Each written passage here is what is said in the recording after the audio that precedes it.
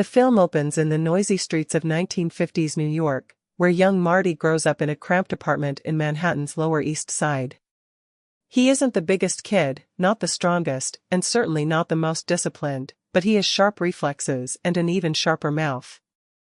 The neighborhood recreation center becomes his second home, and it's there that he discovers ping pong isn't just a hobby but a battlefield. The movie shows his early hustle. Gambling small bets on games, outsmarting older opponents, and learning how to survive using charm and quick thinking. Marty isn't portrayed as a traditional hero, he's flawed, cocky, sometimes selfish, but undeniably magnetic. His rise begins when a local promoter spots his talent and pushes him into professional tournaments. The camera captures the rhythm of the sport with intense close-ups, the click of the ball echoing like a heartbeat. But success doesn't come cleanly. Marty's gambling habits and unpredictable personality threaten to derail his career just as it starts to take off.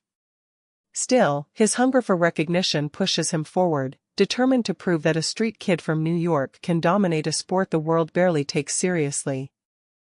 As Marty climbs the competitive ladder, the film shifts into the golden era of American table tennis, showing smoky halls filled with loud crowds and fierce rivalries. Marty's unique style, defensive yet cunning, always thinking 3 moves ahead, makes him stand out. He becomes known not just for winning but for entertaining, talking trash mid-match and playing mind games that leave opponents frustrated. The press begins calling him Supreme, a nickname he pretends to hate but secretly loves. Fame arrives quickly, and with it comes temptation. The movie doesn't hide his weaknesses, he spends money recklessly, chases attention, and struggles to maintain stable relationships. A romantic subplot adds depth, showing a woman who believes in him beyond the headlines, challenging him to grow up and focus. Meanwhile, international competitions bring new pressure, especially as Asian players begin dominating the global scene. Marty realizes raw talent won't be enough anymore. He trains harder, swallowing his pride and learning discipline from coaches he once dismissed. There's a powerful scene where he loses a crucial match due to overconfidence, and for the first time, he feels fear of becoming irrelevant. Instead of quitting, he reinvents himself, sharpening his strategy and embracing the grind he once avoided. The third act of the film dives into the cultural shift of the sport during the Cold War era, when ping pong unexpectedly becomes political. Marty finds himself representing more than just himself, he's representing America during a time when international tensions are high. The film subtly weaves in historical moments without overpowering the personal story. Marty competes in overseas tournaments where every match feels like more than a game. He faces opponents who are younger, faster, and trained with military precision.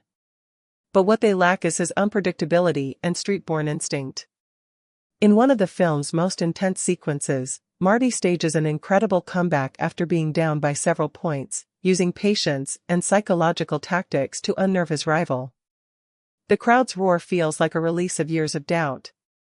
Yet even at his peak, the film shows cracks forming. Injuries, aging reflexes, and the quiet fear that time is undefeated.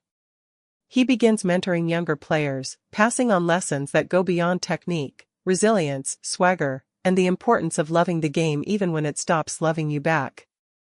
These moments add emotional weight, showing growth from a selfish hustler to a seasoned veteran who understands legacy. In the final part, Marty Supreme becomes less about trophies and more about endurance. Marty steps away from constant competition but refuses to disappear. The film jumps forward to show him attempting a comeback later in life, shocking critics who think he's too old. Against expectations, he proves that passion doesn't age the way bodies do. His return isn't about reclaiming fame, it's about proving something to himself. The final tournament is charged with emotion, every serve carrying decades of history. Though he doesn't dominate like he once did, he plays with heart, reminding everyone why he earned the name Supreme in the first place.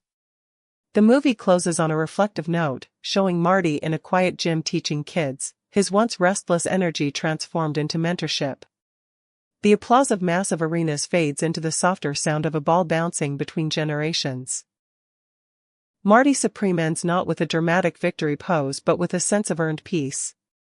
It tells us that greatness isn't just about being the best in the world, it's about surviving your own flaws, adapting to change, and loving your craft long after the spotlight dims.